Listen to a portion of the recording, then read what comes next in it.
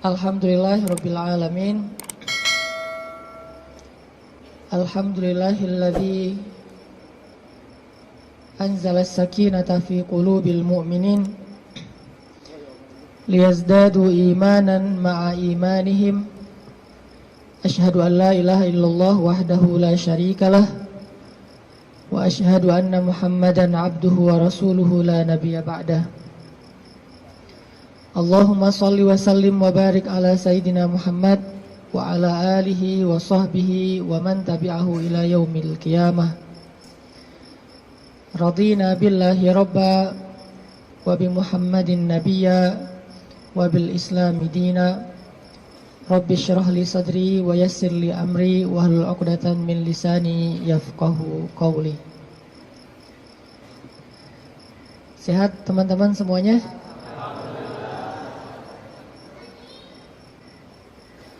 Kapan insya Allah? Akad maksudnya? Boleh saya tanya dulu, siapa yang baru nikah?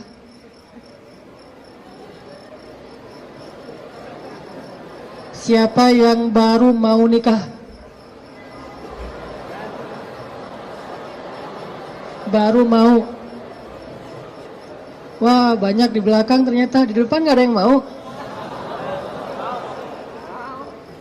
Siapa yang udah lama pengen nikah?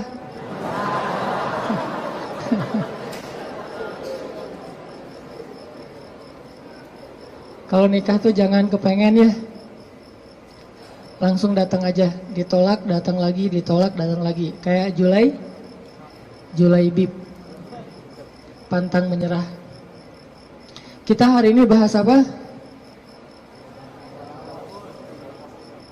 Jangan salah fokus. Fokusnya tuh kalau di kamera yang otomatis itu adalah wajah ya. Jadi kan ada tuh kalau kita foto langsung nyari wajah. Kalau orangnya geser, fokusnya geser. Jadi dia nggak pernah gagal. Nggak mungkin dia fokus ke wajah, tiba-tiba ngambil sepatu gitu. Sepatunya pink misalnya. Gak mungkin kan? Artinya hari ini kita bahas tentang fokus dalam mencari cinta. Fokus dalam mencari cinta. Salah fokus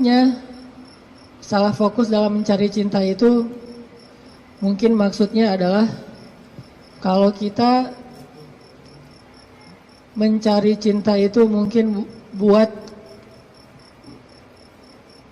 mencari kesenangan dunia saja. Coba kita belajar mencari cinta itu untuk ngedapatin akhirat. Menurut saya itu lebih true love, lebih endless love.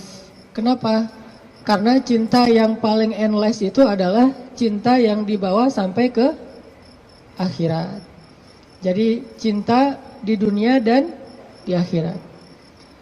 Tapi sebelum kita menemukan cinta-cinta apapun dalam hidup kita, coba kita belajar ngedapetin cinta Allah Subhanahu wa ta'ala. Karena Allah lah yang pemilik segala cinta. Kalau Allah udah cinta kepada hambanya, maka Allah Subhanahu wa ta'ala akan menitipkan rasa cinta di dalam hati semua hambanya untuk orang yang dia cintai. Kalau Allah cinta sama kita, Allah akan titipkan rasa cinta kepada semua makhluk agar mencintai kita. Tapi kalau Allah nggak cinta kepada seseorang, Allah cabut rasa cinta dari semua makhluk, sehingga nggak ada yang mencintai kita kecuali karena hawa nafsu. Jadi kalau kita pengen ngedapetin cinta sejati, cintailah dulu dan raih pula cinta pemilik hati, yaitu Allah Subhanahu wa ta'ala.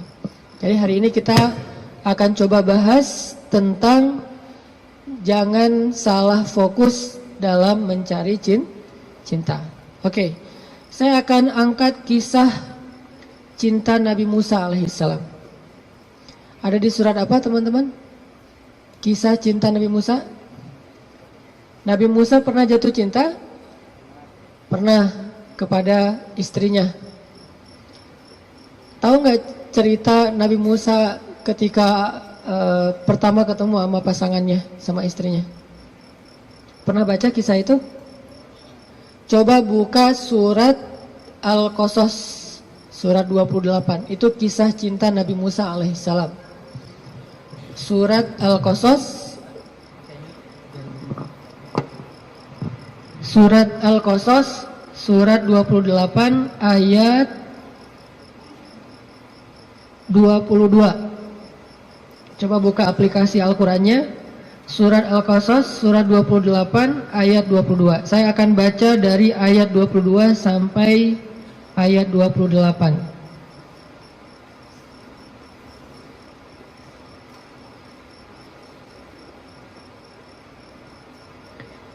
Surat Al-Qasas ayat 22 sampai 28. A'udzu billahi minasy syaithanir rajim. Bismillahirrahmanirrahim. Walamma tawajjaha tilqa'a Madyana qala 'asa rabbi an yahdiyani عسى ربي أن يهديني سواء السبيل ولما ورد ماء مدين وجد عليه أمة من الناس يسقون ووجد من دونهم امرأتين تذودان قال ما خطبكما قالتا لا نسقي حتى يصدر الرعاء وأبونا شيخ كبير فسقى لهما ثم تولى إلى الظل فقال رب إني لما أنزلت إلي من خير فقير فجاءته إحداهما تمشي على استحياء قالت إن أبي يدعوك ليجزيك أجر ما سقيت لنا فلما جاءه وقص عليه القصص قال لا تخف نجوت من القوم الظالمين قالت إحداهما يا أبت استأجره إن خير من استأجرت القوي الأمين قال إني أريد أن أنكحك إحدى ابنتي هاتين على أن تأجرني 8 حجج فإن أتممت 10 فمن عندك وما أريد أن أشق عليك ستجدني إن شاء الله من الصالحين قال ذلك بيني وبينك أيما الأجلين قضيت فلا عدوان علي والله على ما نقول وكيل. Dan ketika Musa menghadap ke arah negeri Madian. Ia berdoa, semoga Tuhanku membimbingku ke jalan yang benar. Lalu saat ia sampai di sebuah sumber air di negeri Madian itu, ia menjumpai di sana sekumpulan orang yang sedang memberi minum kepada ternaknya. Dan ia melihat di belakang orang banyak itu dua perempuan yang sedang menambat ternak mereka. Musa bertanya, apa yang kalian butuhkan? Kedua perempuan itu menjawab, kami tidak dapat memberi minuman ternak kami sebelum penggembala-penggembala itu memulangkan ternak mereka, sedangkan ayah kami adalah orang tua yang sudah lanjut usianya. Lalu Musa menolong mereka dengan memberi minuman ternak itu. Kemudian dia kembali ke tempat teduh lalu berdoa, ya Tuhanku, sesungguhnya aku sangat membutuhkan suatu kebaikan yang turun darimu kepadaku. Tidak lama kemudian datanglah kepada Musa salah seorang dari dua perempuan tadi, berjalan dalam keadaan malu-malu. Ia berkata, sesungguhnya ayahku memanggil engkau agar ia memberikan hadiah terhadap kebaikanmu dengan memberi minuman ternak kami tadi. Maka tatkala Musa bertemu dengan ayah perempuan itu dan menceritakan kepadanya cerita tentang dirinya, laki-laki itu berkata, janganlah kamu khawatir, kamu telah selamat dari orang-orang yang zalim itu atau Fir'aun. Lalu salah seorang dari kedua perempuan itu berkata, wahai ayahku, ambillah ia sebagai pekerja kepada kita. Sesungguhnya orang yang paling baik yang engkau ambil sebagai pekerja adalah orang yang kuat lagi dapat dipercaya. Berkatalah laki-laki itu, sesungguhnya aku ingin menikahkan kamu dengan salah seorang dari putriku, dengan dasar bahwa kamu bekerja kepadaku selama 8 tahun. Dan jika kamu cukupkan 10 tahun, maka itu adalah satu kebaikan darimu.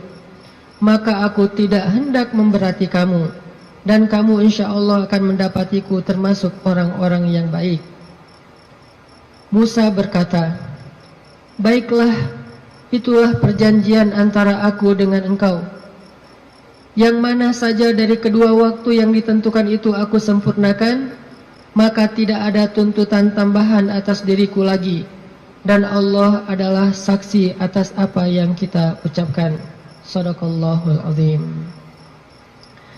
Teman-teman yang dirahmati Allah Subhanahu wa taala, itulah kisah, salah satu penggalan kisah dari kisah Nabi Musa yang sangat panjang di dalam Al-Quran.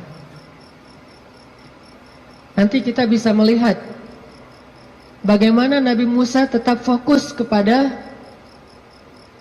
cita-citanya, tetap fokus kepada keinginannya, tetap fokus kepada himmah, azam, apa yang selama ini dicari oleh Nabi Musa alaihissalam. Walaupun adegan hidupnya berubah-ubah. Karena manusia itu menjalani hidup dengan adegan yang kadang-kadang kita tidak menduga. Saya merasa bahwa hidup saya itu penuh dengan kejutan dari Allah. Saya orang Aceh asli, anak dari orang tua yang mungkin bukan orang kaya, tapi tiba-tiba Allah mentakdirkan saya kuliah di Mesir, lalu pulang dari Mesir saya tinggal di Bandung. Sampai hari ini banyak adegan dalam hidup kita itu, banyak hal yang kita nggak pernah menduga. Adegan hidup bisa berubah, tetapi azam harus tetap ada di dalam diri kita, di dalam hati kita. Sehingga adegan-adegan yang kita alami, apakah itu adegan sekolah, belajar, adegan menikah, adegan bekerja, adegan berteman, semua adegan dalam hidup kita itu harusnya menjadi sebuah potensi, kekuatan, dan penyemangat buat kita mendapatkan apa yang sudah terazam dalam hati kita. Gak boleh cita-cita kita itu berubah gara-gara adegan berubah. Gak boleh harapan kita itu berubah gara-gara situasi berubah. Harusnya harapan kita itu kepada Allah Subhanahu wa taala tidak berubah sama sekali, walaupun hidup kita terus dinamis berubah-ubah sesuai dengan kondisi, tetapi harapannya tetap sama. Kayak ibarat tadi orang pengen nikah, udah aja fokus nikah. Kalau dia bekerja, niatnya bekerja supaya bisa mempersiapkan mahar yang layak buat calon kekasih. Apa mahar yang layak? Minimal mah 1 miliar, 1 villa, ya, mobil Alphard. Setuju yang di belakang?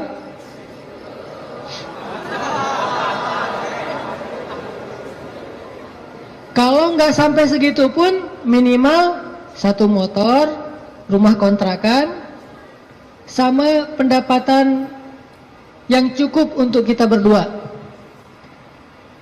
Yang saya sebut dengan cukup, kadang-kadang cukup itu lebih baik daripada lebih loh. Benar nggak? Cukup lebih baik daripada lebih. Kalau kita lebih, kita akan beli piring 2, gelas 2, tempat tidur 2. Nggak seru kan? Justru karena cukup, kita beli piring 1, makan sepiring berdua. Gelas 1, minum segelas berdua. Jadi nggak ada cerita gelas papa, gelas mama. Yang ada adalah gelas kita. Kan suka ada tuh di rumah-rumah gelas papa, gelas mama kan ya. Beli di supermarket, ditulis jelas itu. Ini punya siapa, ini punya siapa, udah di tag masing-masing. Kalau mama salah ngambil gelas papa dipakai sama mama, nanti diminta tukar. Mah, itu gelasnya papa. Oh ya, maaf pak, salah, balik. Akhirnya mamanya minum kopi, papanya minum teh misalnya. Kebalik kan? Harusnya gelas itu 1 berdua. Tolong yang mau nikah ya, di rumah siapkan hanya 1 gelas. Sisanya dikotakin aja, kalau ada tamu baru dikeluarin.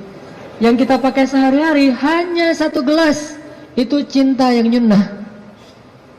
Karena Nabi minum hanya dari gelas yang bekas diminum oleh Aisyah. Kecuali kalau aku agak-agak susah ya. Kalau misalnya gelas, Nabi itu Aisyah minum. Setelah selesai Aisyah minum, Nabi akan lihat mana bekas bibirnya Aisyah. Maka Nabi persis akan minum dari bekas bibirnya Aisyah. Masih mikir mau nikah? Kerja untuk mempersiapkan mahar yang layak, nafkah yang cukup. Sekolah untuk belajar bagaimana menjadi suami atau istri yang soleh-solihah. Jadi apapun adegannya, dia jadikan sebagai potensi, semangat, dan kebaikan untuk dia raih apa yang dia harapkan. Itulah Musa alaihissalam. Dia punya sebuah azam. Dia punya sebuah cita-cita, ingin membebaskan Bani Israel dari perbudakannya Fir'aun, ingin melakukan revolusi di negeri Mesir, ingin mengajarkan kepada Bani Israel la ilaha illallah, ingin mengajarkan kepada Bani Israel agama Yahudi. Sehingga adegan dia menikah pun, dia mencari seorang perempuan yang bisa mendukung dakwahnya. Jadi dia bukan mencari seorang perempuan yang hanya dia senangi saja. Bukan mencari seorang calon istri yang hanya ngeklik doang tuh di hatinya. Tapi dia mencari calon istri, selain ngeklik di hatinya, calon istri ini juga bisa melengkapi dia, menyempurnakan dia, dan menolong dia dalam segala urusan dakwah di jalan Allah Subhanahu wa taala. Ini namanya fokus. Jadi salah satu yang ditanya itu adalah mungkin di antara CV yang perlu diketahui, siap enggak kalau ternyata suaminya ini aktivis dakwah? Siap enggak kalau suaminya ini misalnya harus aktif berdakwah, kadang-kadang berkorban dengan harta keluarga untuk kepentingan dakwah? Seperti Rasulullah SAW berdakwah didukung oleh Khadijah. Sungguh kalau tidak ada Khadijah, kayaknya dakwah Nabi itu juga bakalan banyak sekali masalah. Untung Allah Subhanahu wa taala memberikan pendukung pertama buat Rasulullah justru yang berasal dari rumahnya sendiri, kekasih sejatinya Rasulullah yaitu Khadijah. Sehingga ketika Nabi berdakwah, yang mendukung dakwahnya Nabi itu justru Khadijah. Bayangin kalau Nabi berdakwah, justru yang memusuhi dakwah Nabi adalah istrinya sendiri, itu berat banget. Kayak Nabi Lut dan Nabi Nuh alaihissalam. Itu yang paling berat. Makanya kalau kita tadi baca di dalam surat Al-Qasas, kisah dakwah, kisah cintanya Nabi Musa alaihissalam dimulai dari kalimat yang ada di ayat 22, asa rabbi ayyahdiani sawa as-sabil. Semoga Tuhanku akan membimbingku ke jalan yang lurus. Artinya Nabi Musa itu berserah diri kepada Allah, ya Allah, kalau engkau pertemukan saya kepada seorang calon istri saya, pertemukanlah dengan seorang perempuan yang membuat saya tetap di jalanmu. Kalau engkau memberi saya pekerjaan dan rezeki, berilah saya pekerjaan yang membuat saya tetap di jalanmu. Kalau engkau memberikan saya teman dan sahabat, berikanlah saya sahabat dan teman yang membuat saya tetap di jalanmu. Intinya sawa asbil, ihdinas siratal mustaqim. Itu fokusnya Nabi Musa. Gak pengen gara-gara cinta akhirnya keluar dari sawa as-sabil. Gara-gara perasaan akhirnya keluar dari siratal mustaqim. Ini fokusnya Nabi Musa. Cinta anugerah dari Allah, tapi jangan sampai anugerah itu menjauhkan kita justru dari pemberinya. Ini fokus Nabi Musa. Asa Rabbi ayyahdiani sawa as-sabil. Jadi kalau saya nanti ketemu keluarga baru, mudah-mudahan keluarga itu keluarga yang bisa membantu saya untuk terus berada di sawa as-sabil. Kalau saya ketemu calon suami, mudah-mudahan suami itu yang membimbing saya, waj'alna lil muttaqina imama, membimbing saya tetap di sawa as-sabil, di jalan yang Allah ridhoi. Ini fokus. Dan kalau kita fokus di sawa as-sabil, gak usah khawatir, Allah punya banyak rencana baik untuk kita. Wa yamkurun wa yamkurullah, wallahu khairul makirin. Siapapun boleh punya rencana untuk menghalangi kita, tapi Allah adalah sebaik-baik pembuat rencana. Udah ikutin aja sawa as-sabil.